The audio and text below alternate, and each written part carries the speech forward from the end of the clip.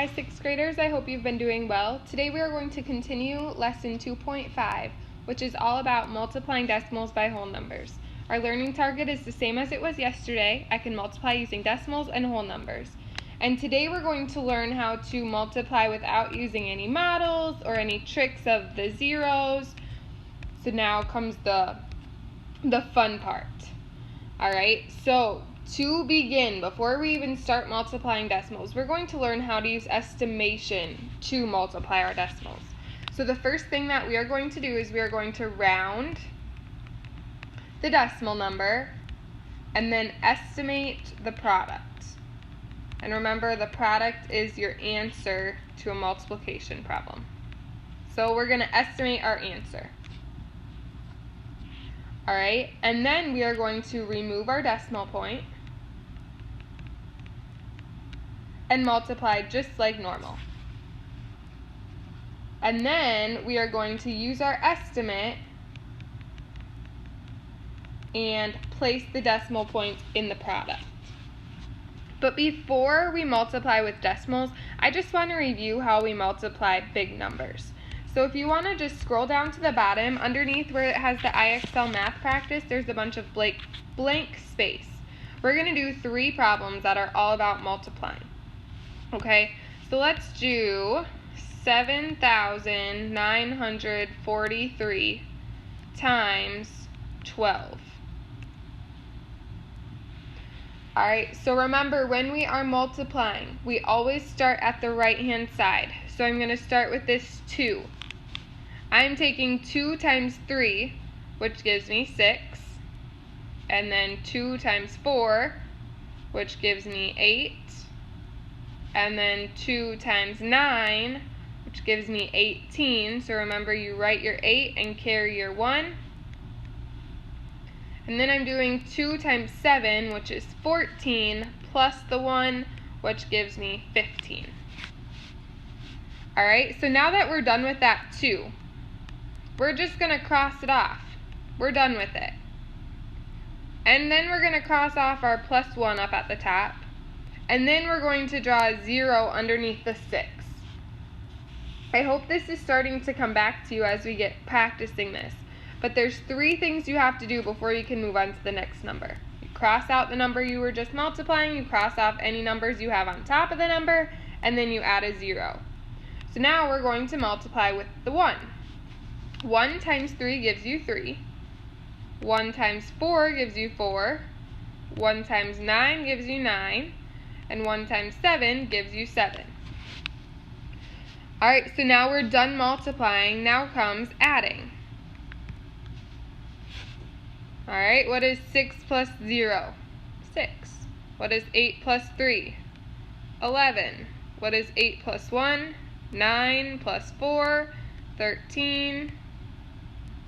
5 plus 1 is 6, plus 9 gives me 15. 1 plus 1 is 2, plus 7 gives me 9. So my answer is 95,316. Alright, let's do another one. Let's do the number 89,747. Alright, and we are going to multiply that by 25.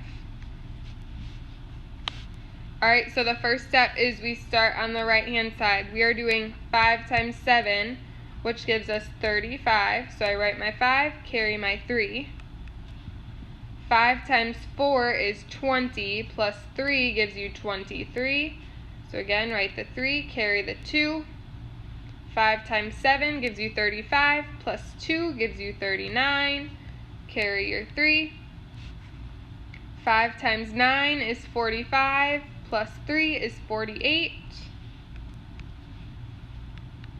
And then lastly, 5 times 8 is 40, plus 4 is 44.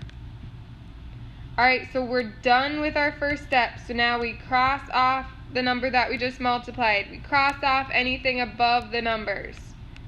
And we lay a 0. Alright, now we're multiplying with the 2. Our first number is 2 times 7, which is 14. Write the 4, carry the 1. 2 times 4 is 8, plus 1 is 9. 2 times 7 is 14, so I write the 4, carry the 1. 2 times 9 is 18, plus 1 is 19. Write the 9, carry the 1. 2 times 8 is 16, plus 1 is 17. Alright, so now I'm going to add my numbers.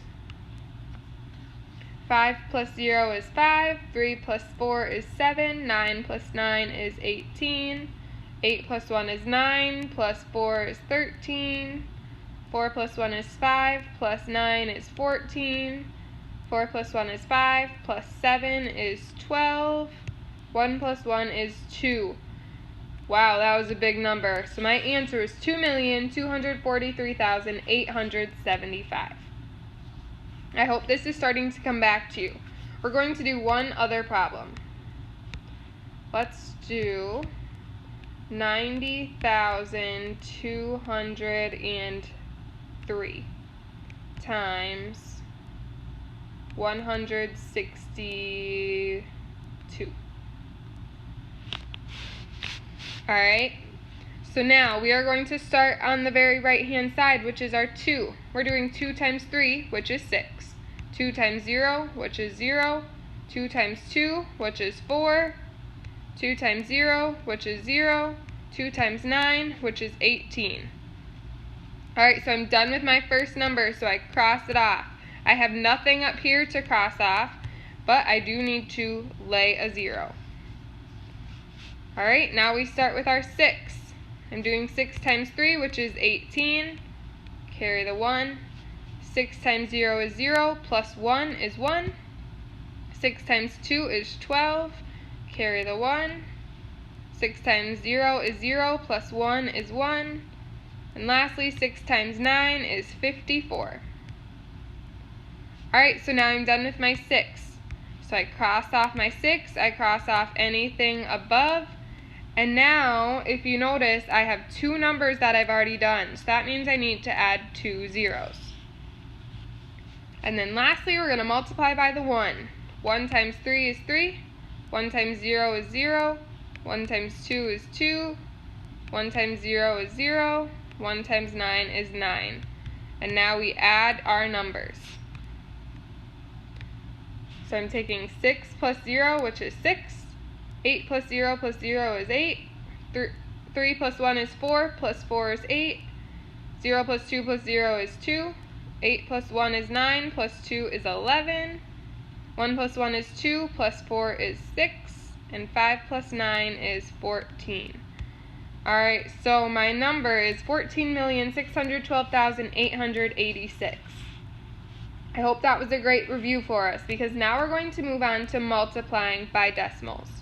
Alright, so again, the first thing we're going to do is we're going to round our decimal number and estimate the product. So let's round our decimal number. So we're going to round to the nearest whole number. So that means we underline the 3 and we highlight our 4. Is that 4 4 or less, or is it 5 or more? Right, it's 4 or less. So that means it's going to stay, my 3 is going to stay the same. So I'm doing 3 times 5. So my estimate is going to be about 15. Okay? So now let's multiply like normal. We are going to remove our decimal point. So we're going to multiply 34 times 5. 5 times 4 is 20. Carry the 2. 5 times 3 is 15, plus 2 is 17. Alright, so we got our answer of 170. But now what we need to do is we need to use our estimate, which was 15, and figure out where we're going to put our decimal points in this number. So right now our answer is 170. Is that anywhere near 15? No, it isn't. So that means our decimal point is going to be somewhere, or it's going to be after the 7 and before the 0, because 15 is pretty close to 17. So my answer is 17 0/10. Alright, now let's do another one. This time I'm doing 11 4/10 times 8. So again, the first thing we're going to do is round our number. So we're going to round it to the nearest whole number. So that means I'm highlighting my 4. That 4 is 4 or less, so it's not going to change by 1. So I'm taking 11 times 8, which gives me an estimate of 88. Alright, now we're going to get rid of that decimal point, and we're just going to multiply like normal. So I have 114 times 8. 8 times 4 is 32. 8 times 1 is 8, plus 3 is 11. 8 times 1 is 8, plus 1 is 9. Alright, so I got 912 for an answer. Is 912 anywhere close to 88? No, it's not. So that means we are going to place our decimal point. Where do you think we're going to place our decimal point so that our number is close to 88? Right, we're going to place it right here between the 1 and the 2. 91 is close to 88, so my answer is 91 and 2/10. Alright, let's do number 3. We have 7 times 2 and 4/100. So the first thing we're going to do is we're going to estimate our decimal number. So I'm going to underline my 2, and I'm going to highlight the number to the right of it. That 0 is 4 or less, which means it's not changing my 2. So I'm taking 7 times 2, which is 14. So my estimate should be somewhere around 14. And now we're going to get rid of the decimal point, and we're going to multiply 204 times 7. 4 times 7 is 28. 7 times 0 is 0, plus 2 is 9. 7 times 2 is 14. Alright, so now I have 1,498 as my answer. Is that anywhere near 14? It's not. So we need to place our decimal point so that our number is close to 14. So we're going to place our decimal point right after the 4. So my answer is 14 and 98 hundredths. Alright, let's do a few more. I'm going to go a little quicker. So now we're taking 3 times 1 and 2/100. We are going to round our decimal number. So that means I'm looking at this 0. That 0 is 4 or less, which means it's not going to change my 1. So I'm taking 3 times 1, which is 3. So my estimate should be somewhere around 3. Now I'm going to take 102, I'm getting rid of my decimal point, and multiplying it by 3. 3 times 2 is 6, 3 times 0 is 0, 3 times 1 is 3. 306 is nowhere near 3. So I'm going to put my decimal point after the 3, because now 3 is close to 3 6/100. So my answer is 3 6/100. Alright, let's do 2 more. Number 5, I have 5 and 124 thousandths times 9. I'm going to round to the nearest whole number. So this 1 is not going to change my 5, so I still have a 5 times 9, which gives me 45. Now I'm going to get rid of my decimal point, and I'm just going to multiply like normal. 9 times 4 is 36. 9 times 2 is 18, plus 3 is 21. 9 times 1 is 9, plus 2 is 11. 9 times 5 is 45, plus 1 is 46. Alright, so we got 46,116 as our answer, but that's nowhere near 45. So I'm going to put my decimal point after the 6 because 46 is pretty close to 45. So my answer is 46 and 116 thousandths. Alright, number 6. Taking 11 times 4 and 5/10. So again, we're rounding our number. This 5 is going to add one more to my 4. So I'm really taking 11 times 5, which is 55. So that's my estimate. And now again, I'm getting rid of my decimal point. I'm taking 45 times 11. 1 times 5 is 5. 1 times 4 is 4. So again, I cross off my 1 and I add my 0. 1 times 5 is 5, 1 times 4 is 4, and now we add. 5 plus 0 is 5, 4 plus 5 is 9, 4 plus 0 is 4. So our estimate was 55. So we need to figure out where to put our decimal point to get it pretty close to 55. So we are going to put our decimal point in between the 9 and the 5. So my answer, when I multiplied, was 49 and 5/5. Oops, 49 and 5/10. Sorry, totally said that wrong. Alright, so that is how we multiply decimals by whole numbers. If you have any questions, please let me know. Otherwise, you can go ahead and get started working on the assignment.